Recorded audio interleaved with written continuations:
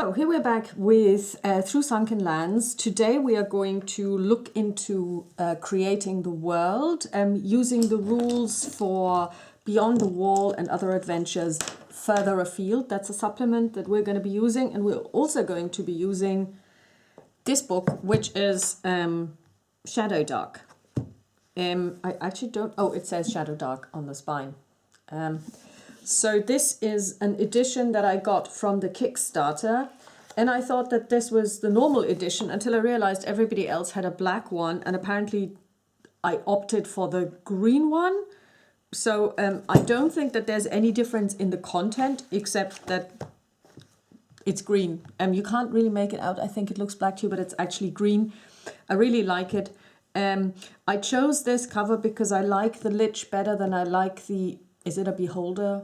Watcher, whatever it's called. I don't know if Beholder is actually under license. But before we continue, I gave my two characters names. And to me, actually, names are super important. So what you call something or someone is super important, and I really labor over getting names that also reflect the time and place and space. So our barbarian, since she is from outside of the city, so she's a barbarian, hoi barbaroi, her name is Hanapshili. This name is actually a female Hittite name. And since the great city is going to be something like Athens, like, you know, the Mediterranean Greek world, the thief has a female Greek name, Iphianassa, so that's going to be these two girls who are going to go adventuring. Now, with regard to creating the world, first of all, these hexes, this hex grid, and I don't even know if you can make out the hex grid. Let's just zoom in a little more. Yeah, I think you can see the hexes really faintly.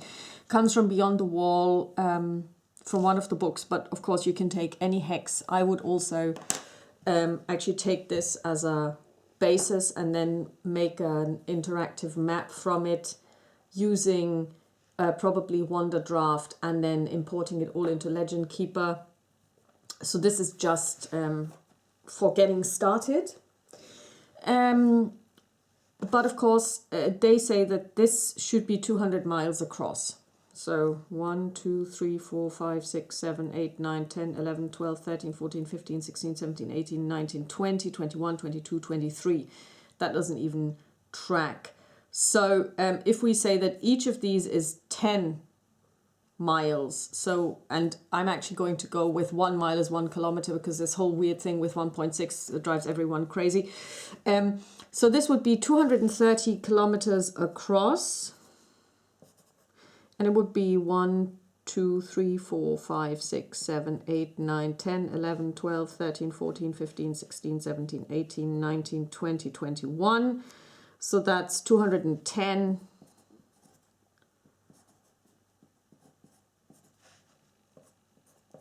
And this is very small because unlike in Further Afield, we're not building just a small place. We are actually building a world, a continent, but we're going to start out small. So here's the city. Now, this would mean that one of these hexes is 10 kilometers in diameter. Now, of course, Athens, which was a really, really huge city at the time, and if we just take Athens and leave out Piraeus and some of the areas that are part of Athens, but outside of the city, of the original city walls, but walled by the other surrounding walls which existed.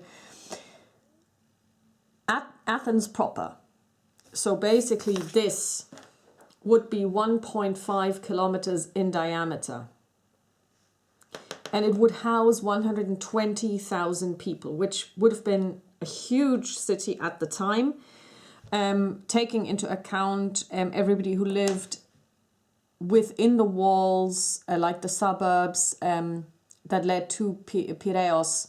it would have been around 180,000 people. Mind you, only 30,000 Athenians, and Athenians would have been males that would have been old enough to vote, and that would have been old enough to, and would have had to supply the money as well as weapons. They would have had to buy their own weapons. They would have been part of the standing army. They would have been part of the navy. But then you would have had hundreds, I think they had like 50,000 slaves. So it's by no means as bad as it was in Sparta, but the actual number of people would have been 120,000. I think this makes for a huge city, and I think it makes sense that we would be looking at a city of 120,000 for the great city of whichever, we haven't found a name yet. So this is just for scale. So of course, this is a 10K hex. And of course, the city itself is not 10K in diameter. That wouldn't, way back when, wouldn't have worked. Okay, so now let's take a look at how we are going to create the world. So for this, as I said, we take further afield. And if you're wondering, I printed this off and then bound it myself. So this is like glue bind. So it looks not professional, but it does the job. So if you were to, I don't even know if this is available on print on demand, but if you were to get it on print on demand, of course, it would be looking a lot better. So how we are doing this, and there will be a slight difference now, because usually how this works is you have one DM and everybody else is a player. And so you would start by every player getting to roll one major location. However, and then they would describe it in a couple of words. But then, of course, the point is, if you are then going to send your players to that area, how is there going to be any mystery? How is there going to be anything that they can still find? Because it was all discovered. It was all decided in the first session. Well, no. Again, they have a really neat idea how they do it, and I'm going to show you this. Although, of course, it doesn't make any sense because I'm soloing now. But basically, sharing the work. There is no reason for the game master to do all the work of creating a sandbox. So basically, this is all about creating a shared sandbox. Players have rich imaginations of their own, and that's true, and they often want to see their own ideas come to life. A group of role players can come up with many great ideas together and can then collaborate on creating a setting, and therefore be sure that there is at least something of interest to every single player in the game. No debate, that's absolutely true. However, the only problem while sharing the work of creating a sandbox is that it can destroy one of the most important elements in such a campaign: the mystery of the wilderness and the joys of exploration and discovery. A sandbox is less fun when the players know exactly what is beyond the village and where the bad guys are located. The solution then is to allow the players to have input into the setting, possibly even as much as the GM, but simultaneously to make them always unsure of the veracity. That's important, the veracity of their information.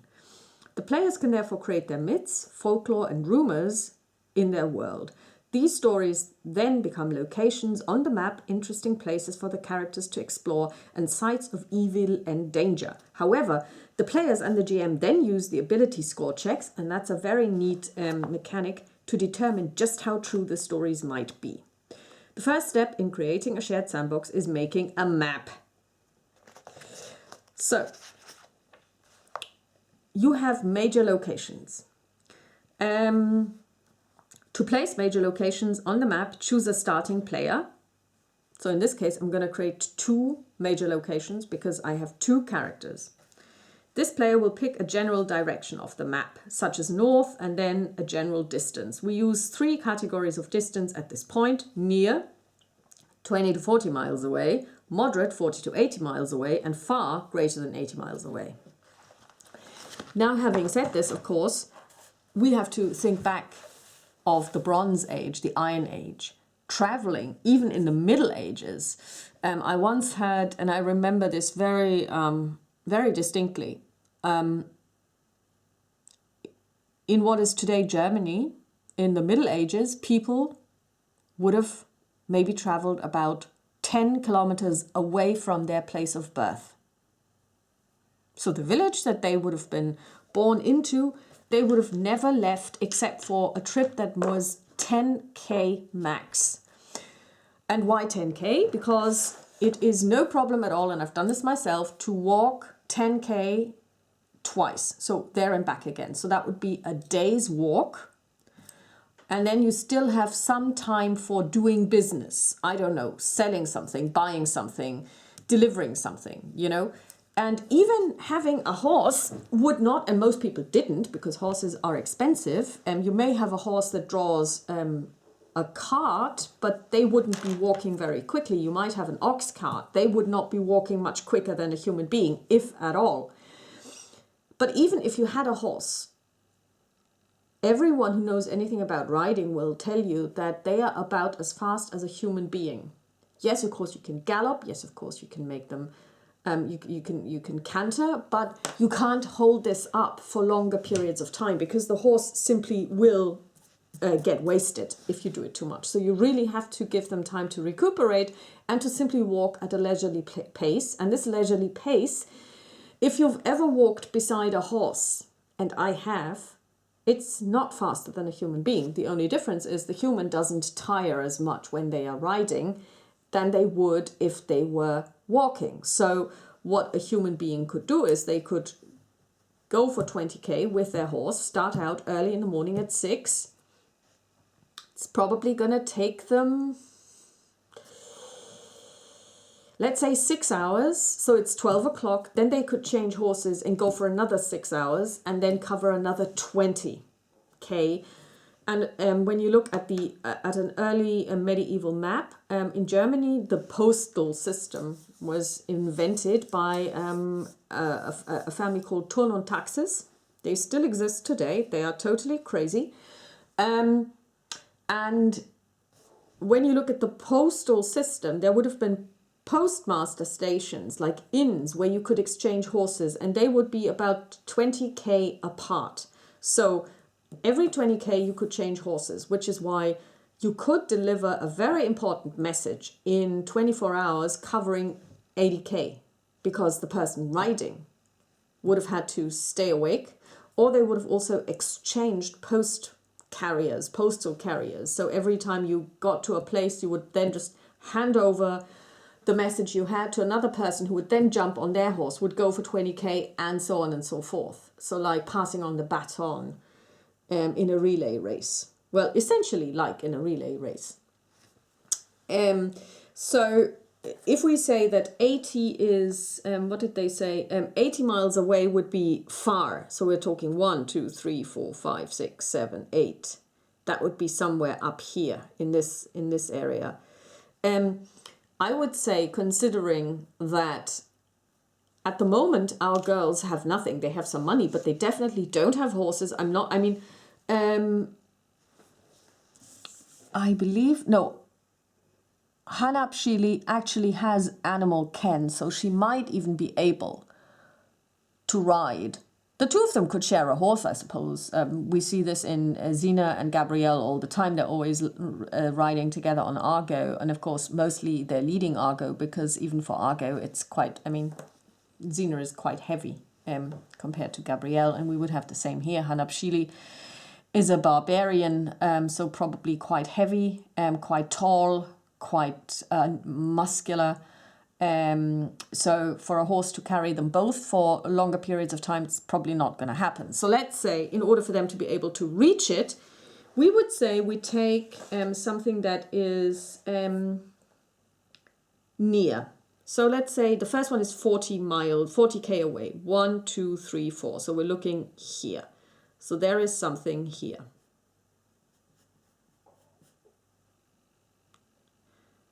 In this hex, and of course this doesn't mean like it occupies the whole hex, it's just in this hex, so it's 40K away. Now let's take the next thing. We now need to roll a d8, and if we get a particular outcome, we will have to roll again to confirm. It's a 1, so it's a major city. A major city is the great urban center of its region. This is an important trade and production center and likely a strange and frightening place to village children. Well, we're not village children because remember, this book was written as a supplement to Beyond the Wall. And of course, Beyond the Wall surmises that you all start out in a village. At least Ifya Nasa is, of course, from the big cities. So she is not afraid of this. So some of this doesn't really gel. So you may even want to change this around a little. I'm going to show you why in a second. But a major city makes sense. So it's a major city. So it's not like the great city. So it would be another city. So we're going to call this GC, great city. Can I use this pen for this? No, I didn't, but that's fine. And so we're going to have here a city. So this is a city, so it's a lot smaller. So we're looking at 20k people, but still a city. Now, the second one we're going to roll, and we're going to say we're going to place this a little further away and in a different direction. So 1, 2, 3, 4, 5, 6. So it's going to be somewhere in this quadrant. And we're going to say it's going to be 80 miles away. So 1, 2, 3, 4, 5, 6, 7, 8, 9. So we're going to place it here.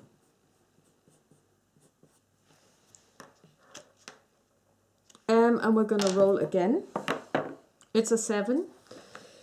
And a 7 is a source of power. So we're going to call it SP.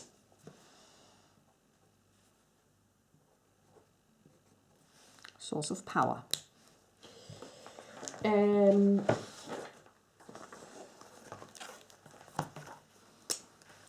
So we have a city and we have a source of power.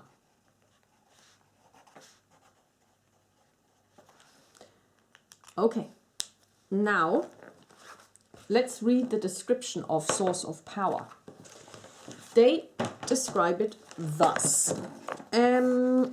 Sources of power are extremely dangerous, and sought after centers of magical energy. Now remember, this is sword and sorcery. So magic is usually terrifying, it's bad, it's horrible, and people are afraid of it. So to go there, you have to be highly motivated.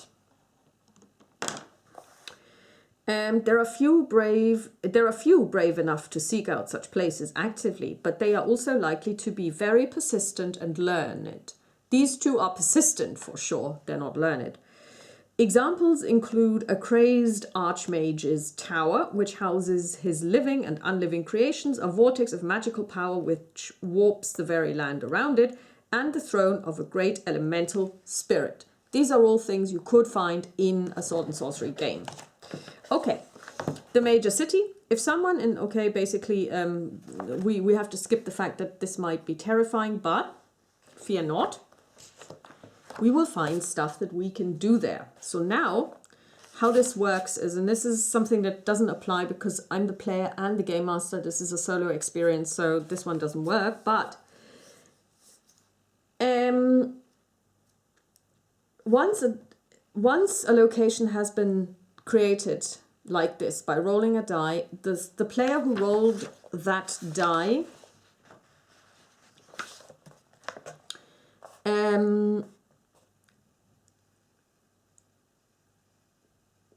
he now makes a decision, the player now makes a decision what this place is. So for example, I'm going to read you this. John is designing a location near to the village which his character has seen. He rolls a 4, which determines that his location represents some recent ruins. Okay. He decides that these are the ruins of Lord Ashspear, who was killed by goblins in the Great War fought by the village elders when they were young. His character, Gareth, the young woodsman, wandered near to the ruins himself one time and saw the remnants of the tower on a hill.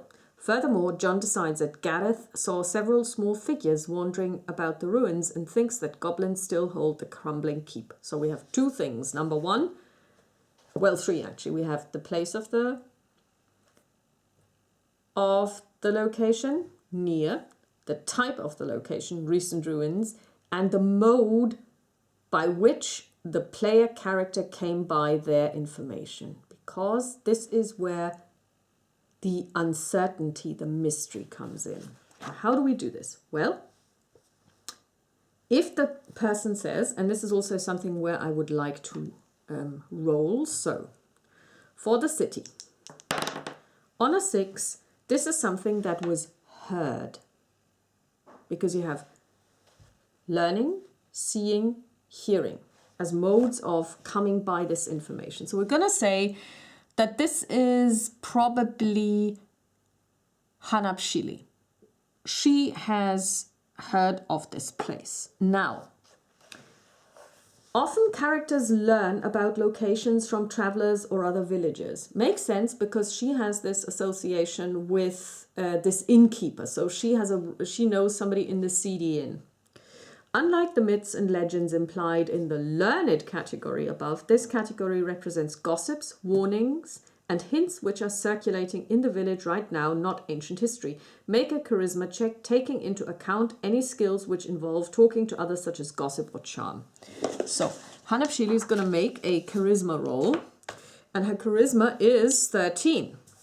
Now, in this game, you always want to roll low, unless you want to hit, in which case you want to roll high. And this always rolling low is my thing. I've actually converted the saving throws using statistical methods. She rolls a natural 20, which is an automatic miss. So, she's heard something all right, but now, a player can only choose each of the above methods once. If a character heard about this location, he must either have learned about or seen his next one. Just this once, characters may not help each other. So, failed by 10 or more. Yeah, well, that was a catastrophic failure. The character is badly mistaken about the location and probably in a very dangerous way. The GM should modify the player's description of the location significantly. The thing is, you, as the DM, make those rolls secretly so the players don't know. So really, this means that whatever we encounter in the city is completely random. So when we play in that city, what I would do, this is solo, I would completely randomize anything that happens. Then we have the source of power. And I would say, let's see if she, how Ifianasa came by that information. And it's a 6, she also heard about it. And she rolls a natural 20 as well. This is unbelievable. So again, she knows nothing. Everything she's heard is complete nonsense. Okay, so that was easy. But normally, of course, I'm just going to explain to you what would have happened if they had been spot on. If you fail by less than 10, much of the information is correct, but the character is missing important details or is wrong about a specific but basic detail. Examples could be a character who is basically correct about the goblin cave, but thinks that it is much farther to the east than it really is. So basically they keep traveling, or I would even say maybe a lot less far away, so they might actually just stumble upon it. Or if you want to play this hex crawl, you can also say, yes, it is further away and the territory gets a lot more dangerous. Or a wizard's tower, which is actually long abandoned and now haunted by the undead. Succeeded by less than 10. The character is right about the nature of the location.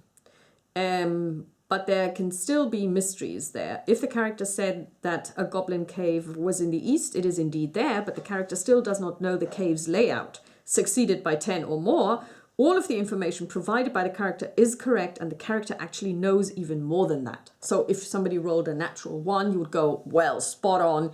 And you as the DM would also make it so that they get some kind of map for it. So example, John decided that Gareth had actually seen the ruined keep. So the GM secretly makes a check using the character's wisdom score, which is a 13, and adds a +2 for his survival skill, which Gareth seems to have we don't have this, giving a final score of 15. Unfortunately, the GM rolls a 17, so he rolls over.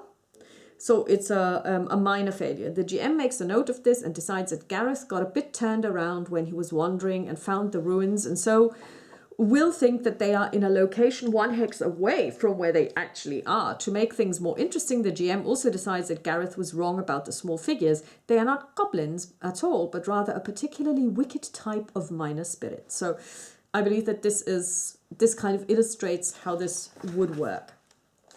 So we've done this. So now we have a city. Now, what I would say is the great city and the city would always be, since they are quite close, there would be a path that basically connects these two. So a road. So we're going to say that there is a road.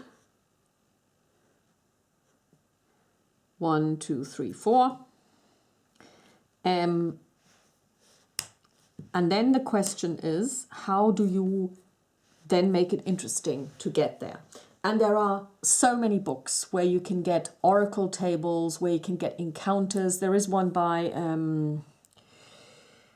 John 4, which is called, I want to say, 350 Roadside Encounters, which is free. It's a PDF, but I guess you could also probably get it on drive-through RPG and possibly get a print on demand, or you can print it out yourself and have it bound, which you could use for this. Okay, so here we have, this is a road, but that's one thing. So the question is, what is the terrain like? So here we have coastal terrain. So now we can find out what the terrain is like, because probably there are 2 ways in which we can look at this. Usually moving away from the sea, the land begins to rise. Unless, of course, you are in the Netherlands, in which case the land is actually below sea level. But that's not normal, and that wouldn't have been the case there, because they would have had no way of building enough dams to make this work. But let's see.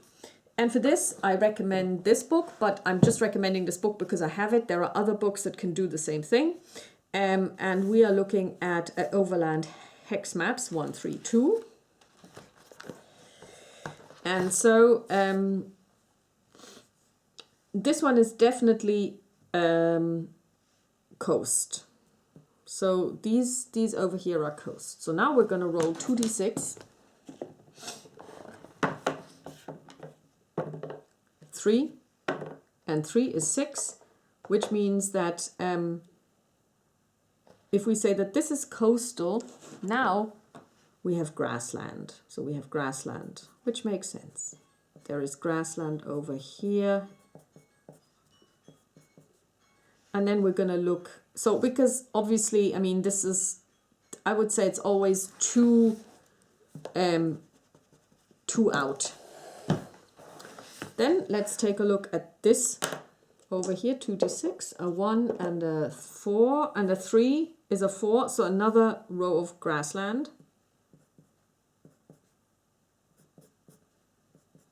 And then this one here is a 6, and a 4 is 10, and that is a river or coast. Now, there can't be a coast, but it means that we have a river that crosses here, which makes perfect sense because, obviously, cities, dwellings in general, but especially cities, need a kind of water source. So there would be a river that runs by here.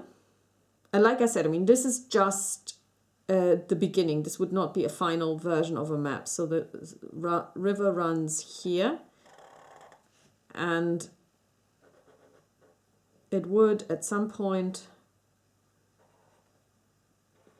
go into the sea. And so we have already then decided that this has to be river as well, because otherwise it doesn't make sense. And this also means that I would say around here we're going to have a mountainous hex.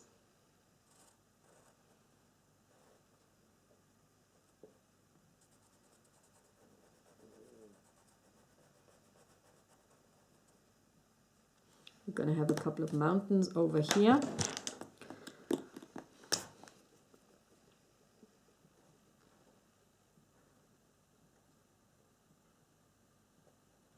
Because we know that rivers spring from mountains and then rush into the sea. So this way you are building your map by, on the one hand, rolling on random tables, but also then using your world knowledge of what would this be like. And here we have another mountain. And yes, I can't draw to save my life, but then again,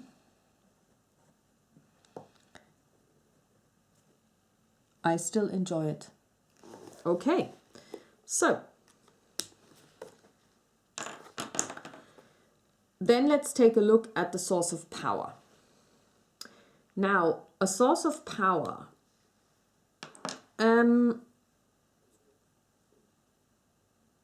Okay, we're going to now determine the danger levels. Now, this is a major road between two metropolises, as it were. That doesn't mean that it's safe, but I would say this hex here is pretty safe because it is within the sphere of influence of the great city. But these two we need to determine. 2 means it's unsafe. So here we would say unsafe. And here we would say 3 is also unsafe. So obviously unsafe doesn't mean that it may be monsters that roam there, but for example here it could be that maybe it's the river that makes it unsafe somehow. That for example in spring when the snows melt, this becomes a rushing, a really rushing wild river, and you know it may be that in winter and in summer you can ford it, but in spring it's going to be a lot more difficult. There may be a ferry that you need to use. You know, it could be that it's also so wide that back then they couldn't span it with a bridge, but that there is a different way across it. So it could be that you have to take a ferry if it's like spring and the snows are melting. So this could be why it's unsafe. Again, this is for you to decide. But you can use these even if you want to know more.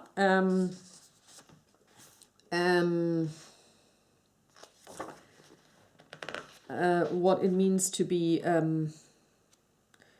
the danger level, what this actually means. I'm pretty sure that there is a way to determine what the danger level does. Is there a...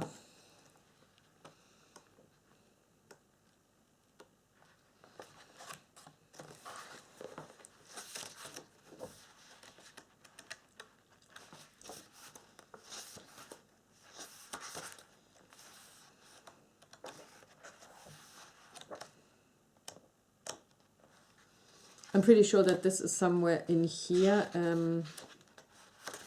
what the danger level actually means.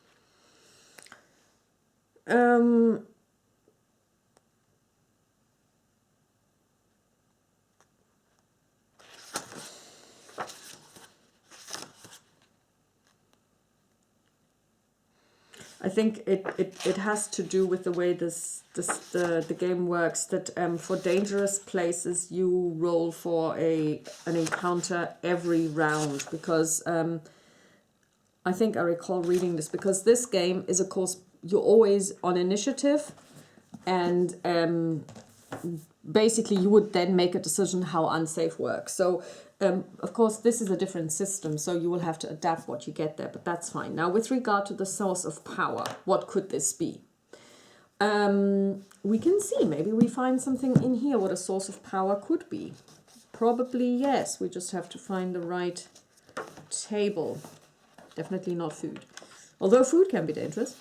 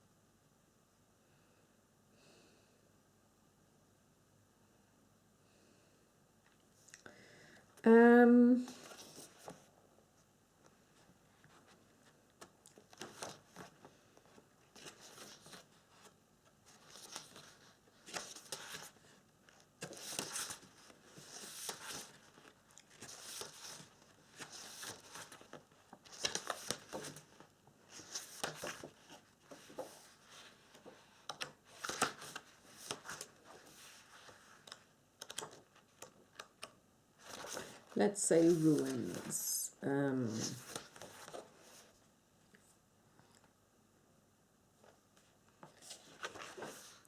A source of power.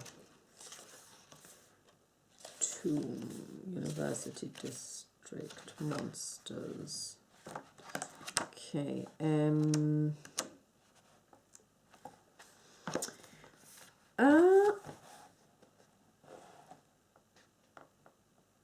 Okay. I'm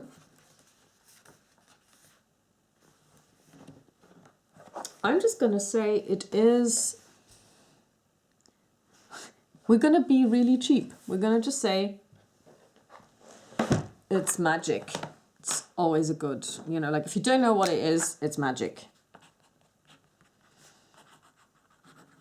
It's magic. Some kind of thingamabob.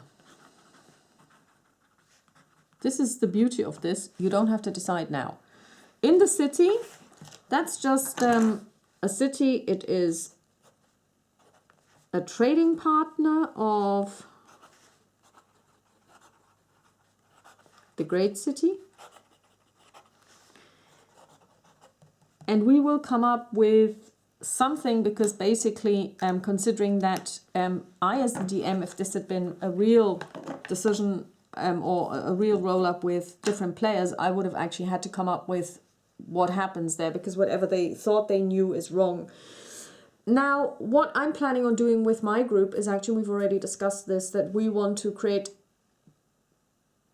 one character each, and that there's not going to be one single DM, but that the DM is going to rotate, and everybody creates a major location and maybe a minor location, and that's then their field of play. And when the group of adventurers ventures into this, the person who owns these places will have to be the DM and will have to run them through whatever they decide there. So this whole thing of not knowing what happens there would not be relevant. But it is in this case, kind of, because we are going to do solo play.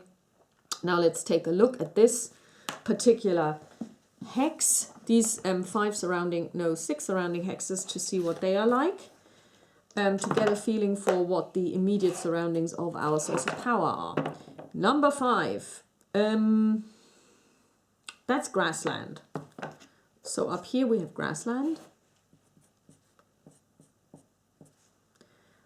Here we have 1.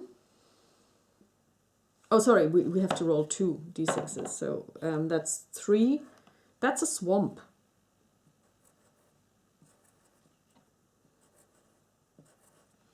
And down here, that's a 6, and 1 is a 7. That's a forest or jungle.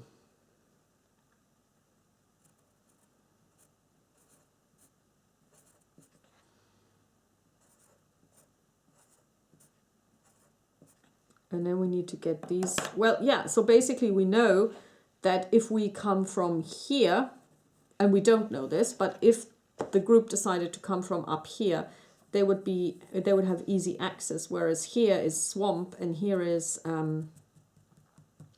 forest. And again, if I was to play this with a group and I was the DM, I would actually determine what the hexes are like so that they don't know as they go there. And especially since they rolled 2 natural 20s, which means they both failed, you know, they wouldn't know anything and they might end up in a swamp. So basically then the next step would be to determine all of these hexes going back to the city. And also then build the whole map. So that would be building the world map. Now I'm going to show you how you can build an adventure using the adventure packs that come, the scenario packs I should say, that come with through Sunken Lands, the core rulebook. There are 3 in total. One is the treasure hunt in the great city. One is visiting one of the islands, because the Sunken Lands actually are an island kind of archipelago type world. And then there is one where you actually go to a wizard's tower, which would be a source of power, for example. Okay, so how does this work? You have many lists, tables that you roll on, and you roll on them as the DM and then build the story from them. So let's do this. We're gonna do the treasure hunt scenario.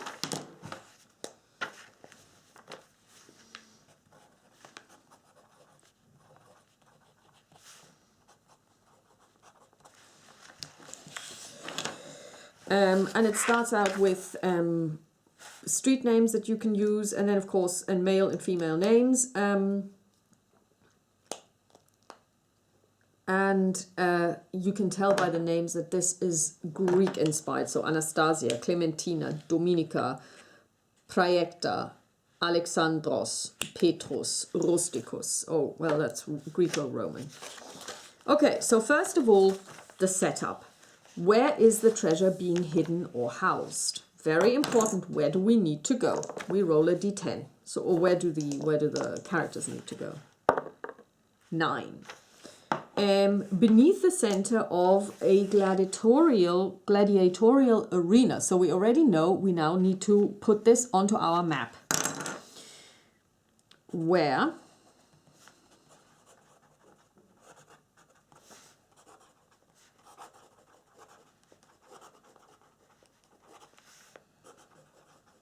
And you can see the symbol here. Up here, we need to add a place.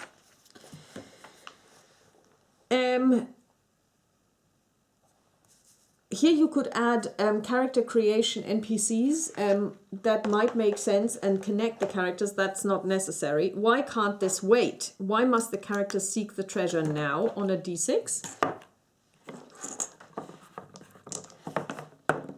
On a 3. So that is, so we rolled a 9. Here we roll a 6. Why now? A great lord of the city is making the PCs an offer they can't refuse. Handle the situation or die. So now we get to create an NPC, namely the important great lord.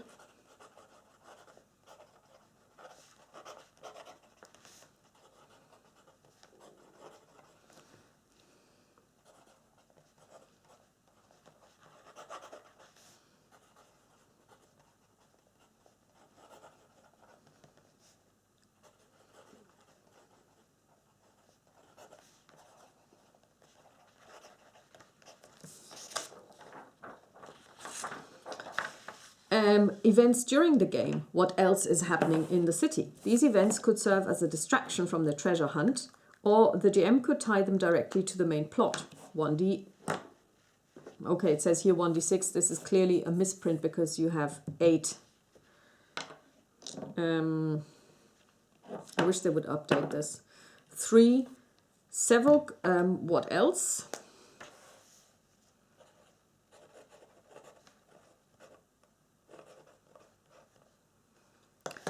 Several competing religious festivals are beginning.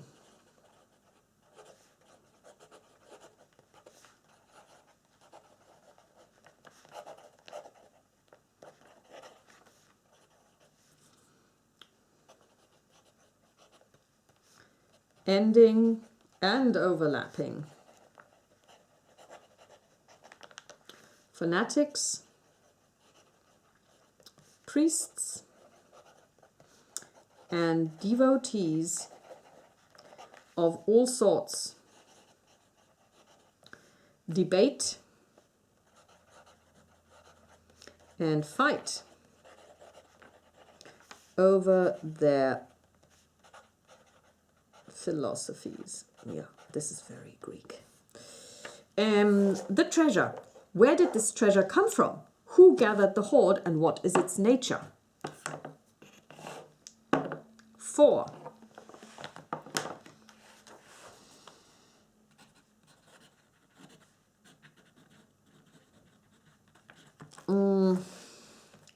A demon of chaos. That's already...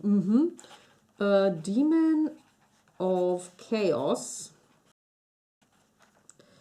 looks over this treasure and any who might possess it.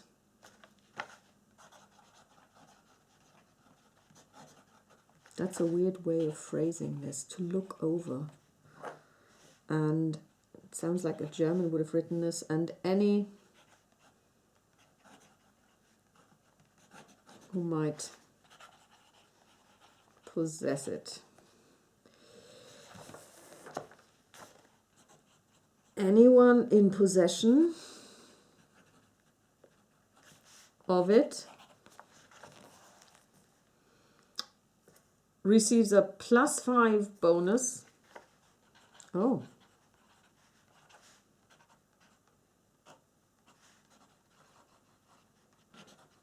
To all saving throws. Okay. What is the treasure?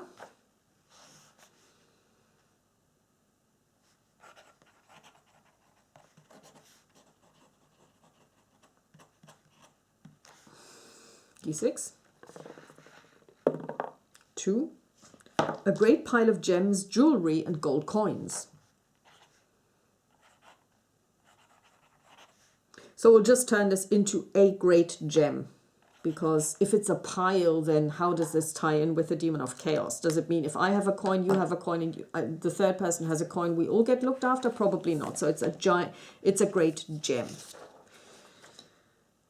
Then, of course, we have a dungeon in this particular one. The following tables will help the GM decide a short dungeon representing the hidden treasure's location and guardians. These tables will provide a challenge to overcome at the entrance to the dungeon, 2 challenges to take place within the dungeon, and 1 final challenge at the treasure itself. Usually dungeons have 5 rooms. This one only has 4. The GM should feel free to weave these elements together in any way she sees fit, and to pepper the dungeon with any other dangers or elements which she feels the group can handle. Okay. So, entrance to dungeon.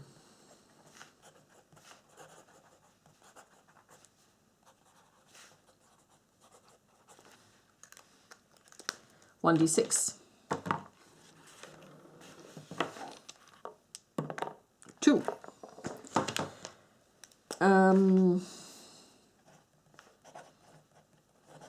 Point of access is through a well-populated area.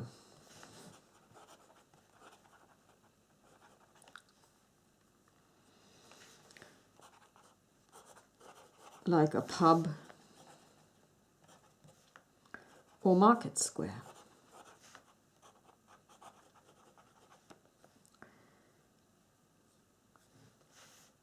Benny Cummings public house. I wonder if this is really a pub or if this is actually some kind of official building. Any comings and goings will attract unwanted and possibly dangerous attention.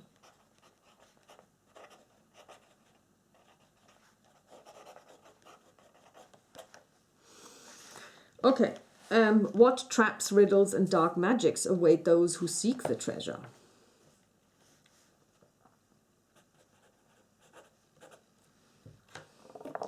D6.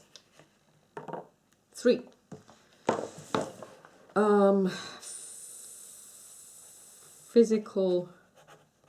Physically difficult, challenging traversal. A difficult climb.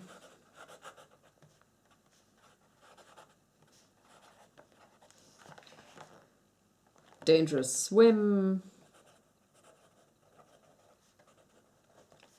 Or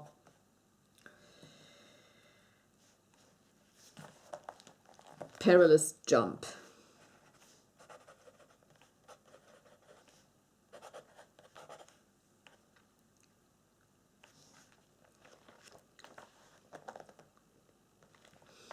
You want to have an DC check on an ability. If fail,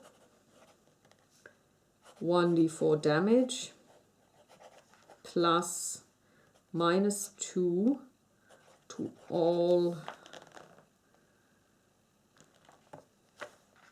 future physical checks, including combat. Including combat, that's me adding this until rest. Okay, I like this. It's something I can work with.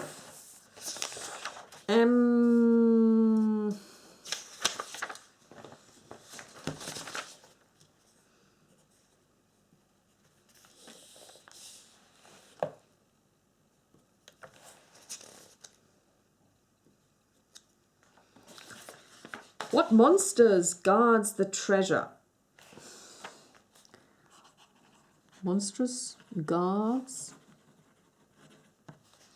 Here we roll a d8. Here's my d8. Here we are. 8. Minor spirits of chaos.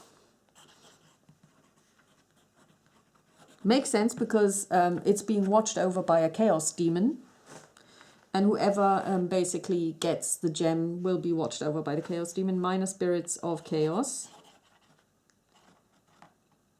Chaos.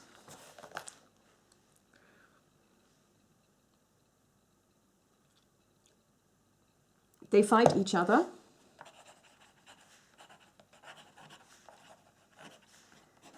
And any mortal that comes their way. Okay.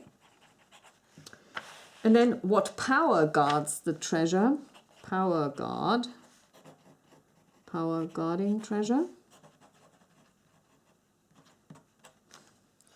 A d6. 3.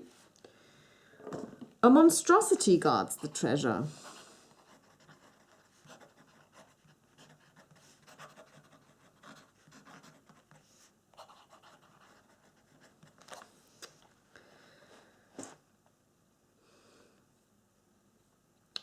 Perhaps the monstrosity was summoned or grown to guard the hoard, or perhaps a villain's cunning led her to use the monstrosity as a guard dog.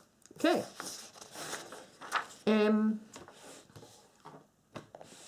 And then, of course, these are interesting points because you could, in theory, and this is how they actually envisage this to work. During character creation, the characters, as I showed, the players will roll up their characters, and you as a DM are going to take notes, even like, who are the NPCs, what do they do, and you would also start filling this in if the NPCs could be related to this adventure. But also, you would start rolling up the adventure as the PCs are creating their characters, because the idea is that you could sit down, in an evening, let's say take 6 hours, 1 hour or 2 for character creation, and while the players are creating their characters, you are rolling up the adventure, then play a one-shot for 4 hours. But then you could have the road goes on, what happens after, and what leads the characters to the next adventure if you are not going to play a campaign, or if you're going to play a campaign and not just a one-shot. Then we also have the recent events table. The city is abuzz with rumors of the hidden treasure, and each of the characters has been hearing different bits of information. Each player should roll on this table, and we're going to roll twice because we have 2 characters. And it's a D10. So the first one is it's a 10. A group of cultists accost you, which makes perfect sense because remember we have this whole, so we'll call this religious nutters. Recent events, a 10. Religious nutters, because this is the whole thing with the religion, happen the religious festivals, accost Ifyanasa, so that was her role, Ifyanasa. Asking her where she hid, where she's hiding the great gem. Excuse me. And then test strength. Success, fight them off,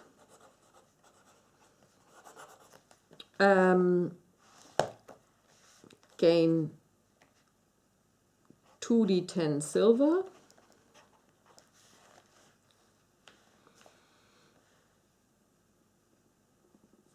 failure, you're cut. You lose 1 hit point and are marked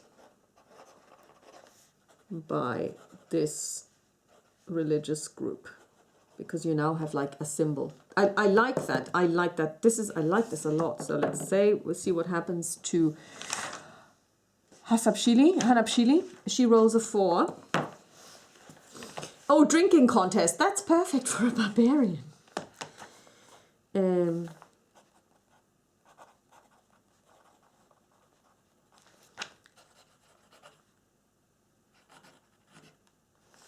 What is the name again? Is it Hanapshili? Hanapshili. I'm going to end up calling her Hanapshili. And she rolled a 4. 10. Drinking contest.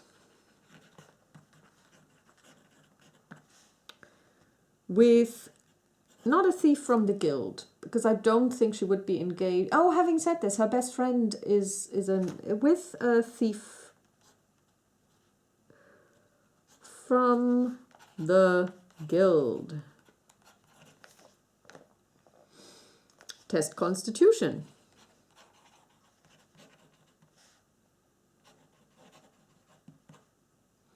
Success. Yeah, the DM will give you a hint. That's a bit problematic because it's a solo game. What I'm going to say is that she will get a +1 on the test to get into the location. Failure.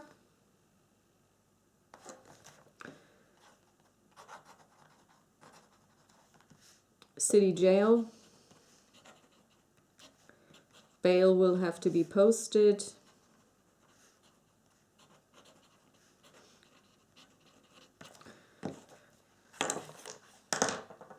$2d10. 6. No, that's actually a d8. Okay, that's fine. That's 13 silver. Okay. So this is how you would start the group out. And I think you can see that this is going to be a very neat way of running an adventure, because we also have the suggested monsters back here. So you have the beast who slithers, that would be the guardian. But we also need the spirits, because we have those spirits of chaos. And now I've never actually looked at the bestiary. Let's see what the bestiary gives us. The monsters, 96.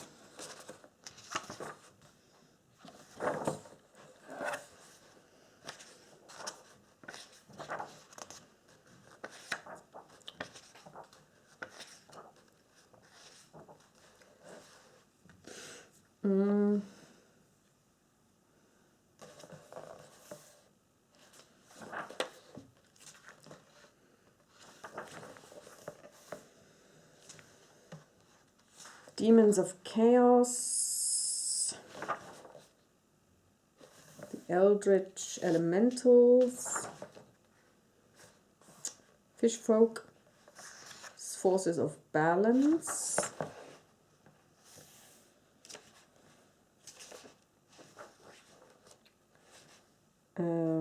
Elite Guard, Great Warrior, Worthy Adversaries, the Rogue Apprentice, Kraken, Insect, Swarm, Medusa, Minotaur, Monstrosities,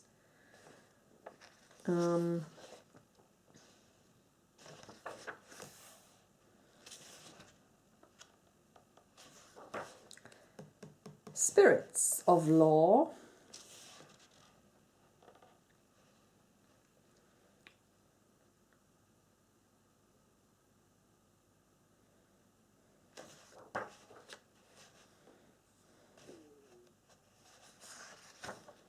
Making Spirits. Okay, so we have minor spirits. So they have 3d8 hit dice, AC 15, plus 3 to hit. They did say they were minor, didn't they? Minor spirits of chaos. Okay.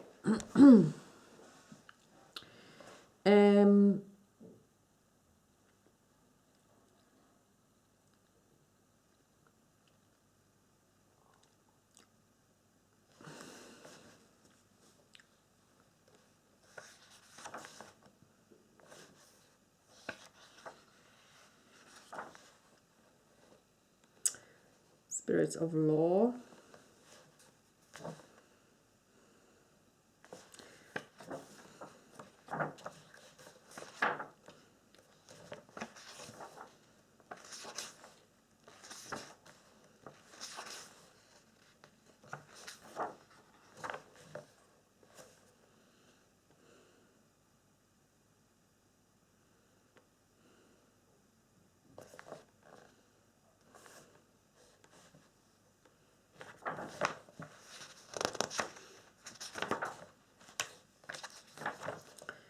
Okay, here it's important. This section provides sample monsters. Additionally, we provide rules and guidelines for making your own. As a reminder, monsters have different statistics from players. They do not have ability scores. They have alignment as normal instead of level monsters of hit dice, a number which tells you how many dice to roll to determine their hit points and act as a rough guidance for how strong they are. A monster's base attack bonus measures its martial ability and strength and is given in the monster's description. If converting monsters from another, simply give them an attack bonus equal to their hit dice. Their initiative score is also equal to their hit dice. Okay. And they're like warriors. Okay.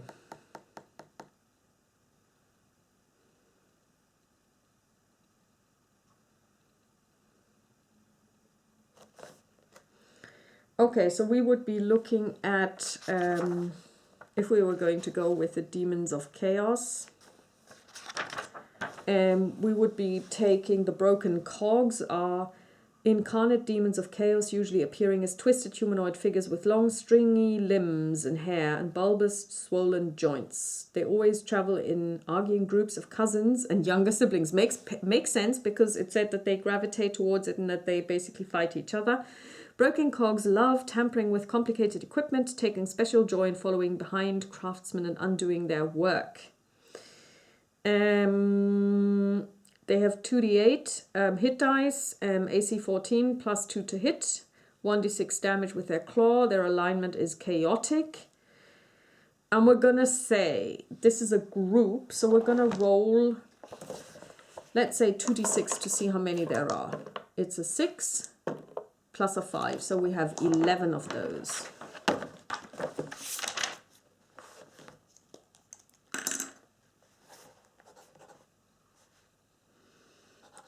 Broken cogs. And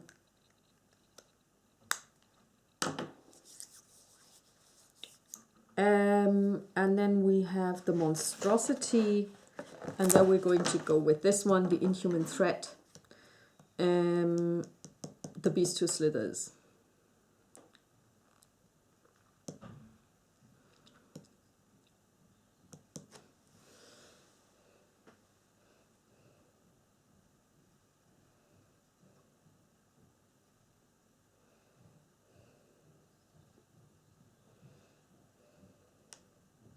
Okay, and this would mean that the next thing would be for me to basically flesh out what we have just rolled upon, and then we can see how our two ladies fare.